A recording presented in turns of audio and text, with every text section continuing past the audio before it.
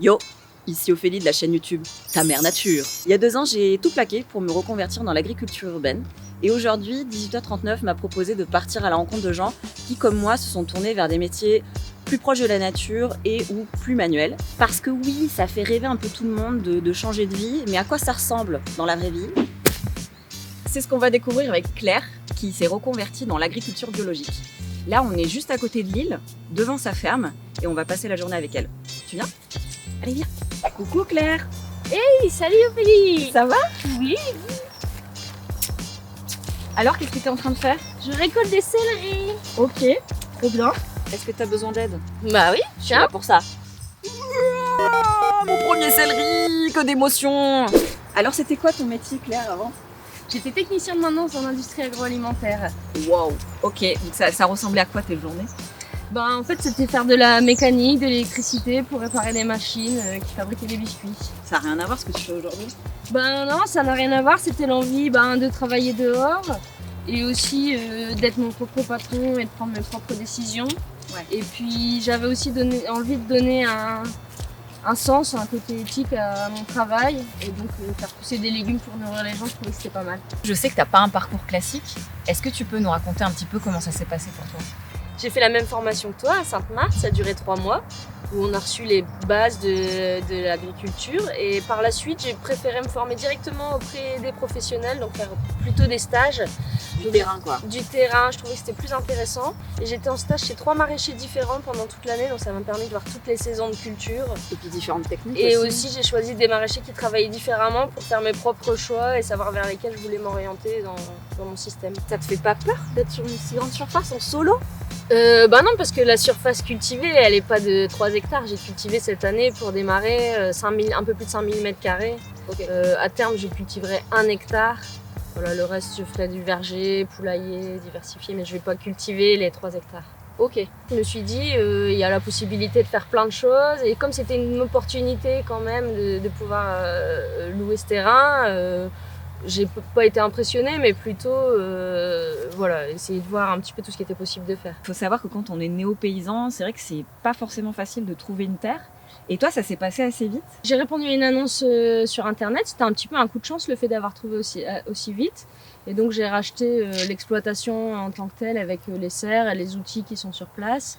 Et je loue la terre à un propriétaire. D'accord, ok. Donc tu avais déjà un agriculteur qui était là avant toi? Qui exploitait avant, oui. Ok. Qui est parti à la retraite et... Voilà, c'est ça. Quand on trouve pas, faut pas lâcher le morceau, il y a toujours un moment où il y a quelque chose qui nous convient, qui arrive. Je crois qu'il est temps, Claire, que tu nous montres tout ce que tu fais pousser ici. J'ai vraiment trop hâte. Allons-y! On y va? Allez! Alors là, on a... Des poireaux! Yes! Des navets! Là, on a des navets, des radis noirs et des radis daikon. Du chou, en veux-tu, en voilà. Du chou, il y en avait plein. Les choux blancs, j'ai récolté. Il reste des choux rouges. Les petites salades! Oh, les petites salades! Trop mignonnes! Trop foufou! Ah, et ça, c'est des blettes! Ah, ça, bon, les blettes, ça. J'adore. Elles se sont fait bouffer un peu par les... Elles sont fait manger par un lapin, je pense. Il faut leur en laisser aussi. Il y en faut pour tout le monde. Hein. C'est ça. Non, mais regardez-moi ces carottes de fou, là. T'en as des caisses? Ça va. Ouais. Et attention, les fans, qu'est-ce qu'on en fait? On ne les jette pas, on en fait des super pesto. Miam, miam, miam. Ouais. Et cru, j'ai jamais goûté en fait. C'était pas la meilleure idée du monde. Ben non. Non. Ça doit être plein de terre en plus. Ah, c'est pas bon. Vas-y, je peux cracher. Ah. Oups, ça retourne à la nature. Hop là. Et donc, tu as aussi une serre. Oui. Dans laquelle tu fais pousser plein de trucs. J'imagine aussi pour l'hiver. Oui, bah là c'est pour cet hiver, ouais. Côte de blettes, du pourpier, des salades, de la mâche, des épinards, de la moutarde japonaise, de la roquette, du mesclun, de l'ail pour le printemps. Est-ce que je peux goûter? Tu peux goûter, vas-y, fais-toi plaisir. Oh yes! Voilà, ça c'est de la vraie roquette. Ah, j'ai envie de me faire une pizza avec une énorme salade de roquette dessus. Donc toi, Claire, tu travailles exclusivement en AMAP. Est-ce que tu peux nous expliquer le principe et puis son intérêt? Donc AMAP, c'est l'association pour le maintien de l'agriculture paysanne. Le principe, c'est que les personnes, elles s'engagent pendant une année complète à m'acheter toute ma production toutes les semaines. Et moi, en échange, je m'engage à leur fournir toute ma production toutes les semaines, à être présente lors des distributions. et d'ouvrir ma ferme à des ateliers, des chantiers. C'est un rapport très solidaire aussi. C'est un entre rapport vous. vraiment direct. Ils peuvent poser des questions sur la manière de mon mode de production et ils peuvent aussi voilà, s'intéresser plus à comment se passent les légumes. Ils apprennent comment ça pousse. Donc c'est un échange qui va dans les deux sens, c'est assez sympa. Pour l'instant, l'année de démarrage, c'est un petit peu difficile de se tirer un vrai salaire. Je tire que 400 € par mois. Ouais. Le temps d'investir dans l'équipement qu'il me faut, de démarrer correctement une année. À terme, j'ai le projet d'avoir environ un SMIC mensuel. Ok. Donc quoi, dans plusieurs années? Dans 3 ans. Ok, c'est ton objectif. Ouais. Et donc depuis là, tu as fait un emprunt pour acheter tout ton matériel, ton exploitation? J'ai dû faire un emprunt. J'ai un emprunt bancaire à rembourser pendant 10 ans. Et j'ai eu le droit à un prêt d'honneur aussi et une aide de la région. Alors c'est sûr que c'est pas le métier qui rapporte des millions. Ouais. On travaille plus qu'on gagne, mais c'est possible d'en vivre. C'est possible d'en vivre sur une petite surface. Ce qui est intéressant aussi avec le principe de la map, c'est que finalement, tu sais aussi sur l'année, déjà d'avance, combien tu vas pouvoir vendre à peu près de... Alors ouais, mon chiffre d'affaires il est établi en début d'année et les gens ils font les chèques en avance en fait. Donc mon chiffre d'affaires il est assuré dès le début de l'année avant même que je commence à produire. Ça c'est quand même un super avantage de la map.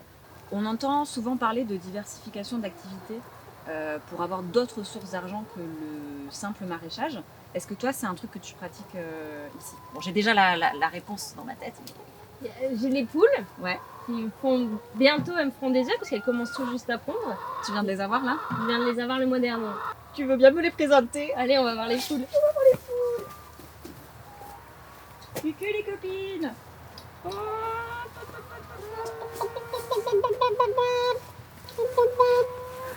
C'est pour dire bonjour. Il y en a plein, il y a plein d'œufs. Merci les poulettes. Elle a pas l'air méga stress, mais en même temps elle a l'air hyper stress. 12, 13, 14 et ce matin il y en avait 3. Ouais. Trop bien, j'ai mes 100 œufs pour cette semaine. Ah, trop bien, super nouvelle. Yeah. Je crois qu'elles me prennent pour un grain de blé.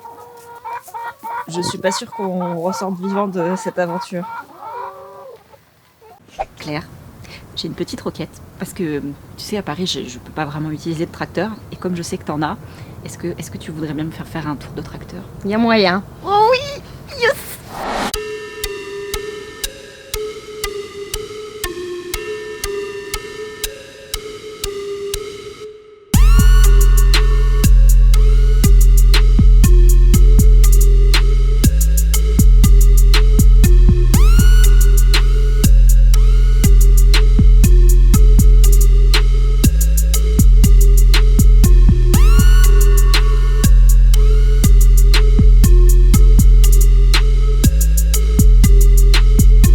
Bon, on va pas se mentir, Claire, t'as pas non plus la carrure de Hulk.